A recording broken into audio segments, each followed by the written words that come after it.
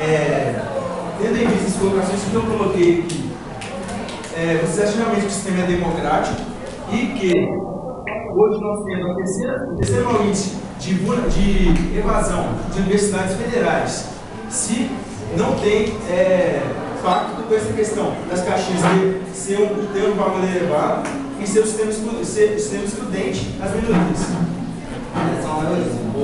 Gustavo?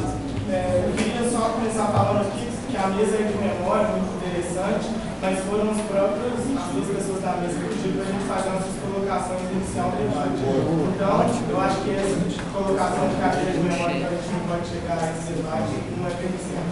A gente não desmerece de maneira alguma o que acontece de bom nas repúblicas, não desmerece de maneira alguma, porque a convivência que a gente tem nas repúblicas, particulares, federais, mais alternativas, são momentos ímpares na nossa vida mesmo. A gente aprende muito, mas a gente pensa também no lado social, que não vem sendo aplicado.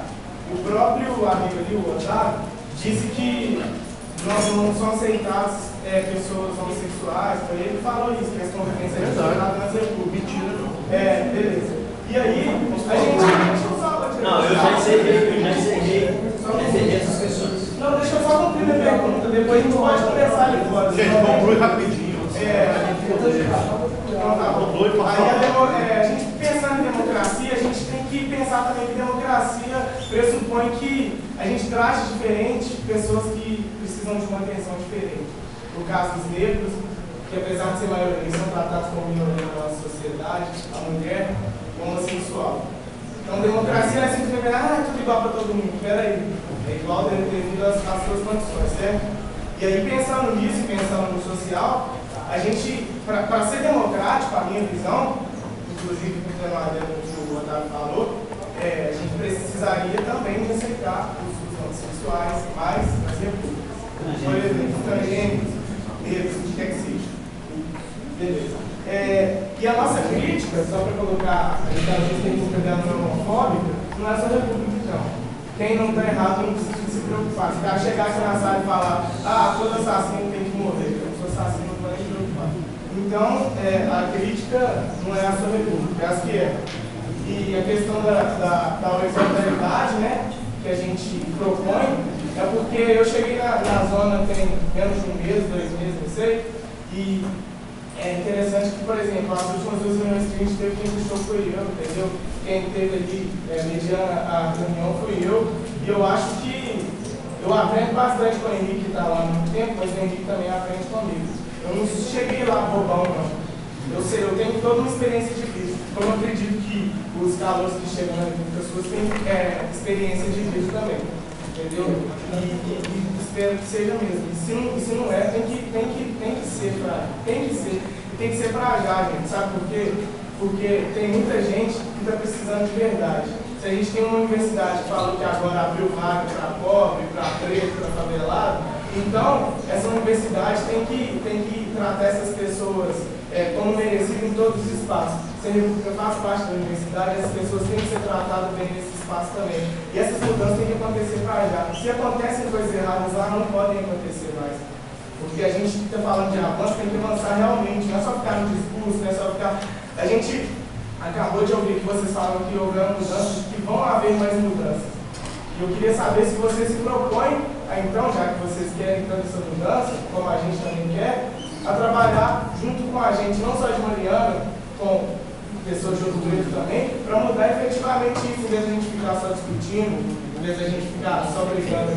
E aí, quando chegar um cara lá, homossexual, e falar, não fui escolhido e tal, a gente de Mariana, as pessoas de Ouro Preto, para sentar e falar, mas por quê? Qual que é o problema dele? Vamos resolver isso na prática, então. E não só nós aqui, junto com a universidade. Pergunta é para e quero saber se a gente pode ter esse apoio da universidade também, para começar a resolver esse problema de fato, deixa de estar só colocando no papel e fazendo discurso. Eu não, só porque depois, acho que essa discussão vocês podem fazer depois. Não, mas eu estou colocando pro...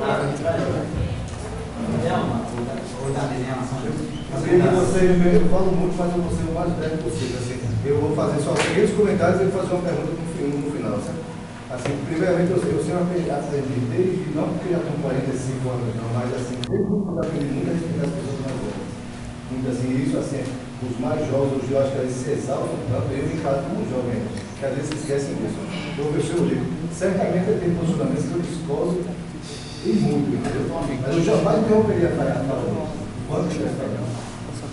Quando ele falou assim, a questão da tradição, ele já discordou do palestrante, a questão da tradição é algo que ele se nega a dizer assim, não, a gente tem que usar a palavra tradição. Tradição é bom, né? Eu quando cheguei na universidade, eu não vou dizer o nome da república, eu certificava, porque um mês mais ou menos antes. E assim, eu não fui maltratado na época, não fui. Agora, eu, do alto da minha magistratura de 44 anos, ano passado, eu percebi, não dá para mim.